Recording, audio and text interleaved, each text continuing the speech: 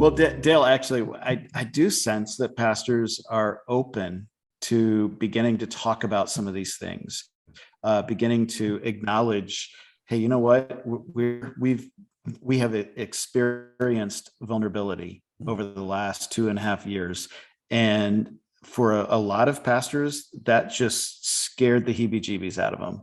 They don't like to be vulnerable. They like to be in control. They like to predict. They like to know what's going to happen. And so all of a sudden, all of that got pulled out from under them. Mm-hmm. And they're kind of coming back to saying, okay, I can't go back to that. Mm-hmm. It's pretty obvious looking around. There's no way I can keep doing that. Mm-hmm. And I'm not equipped to whatever's next. I don't have the tools in my toolbox to handle this. I'm going to need some help. And especially when it comes to just even the personal side of things. Yep. It's there.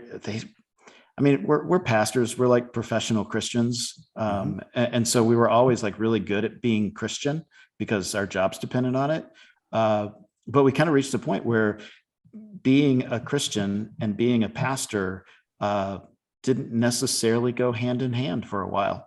And it exposed us for the lack of, fullness in our life. Mm-hmm. And so all of a sudden we're like, oh, we need to get full again. I think it was you in a staff call or something we had a while back. You said something to the effect of, we're reaching a point where it's not so much that we have a bunch of empty pulpits, but we've got a bunch of empty preachers in pulpits. Mm-hmm.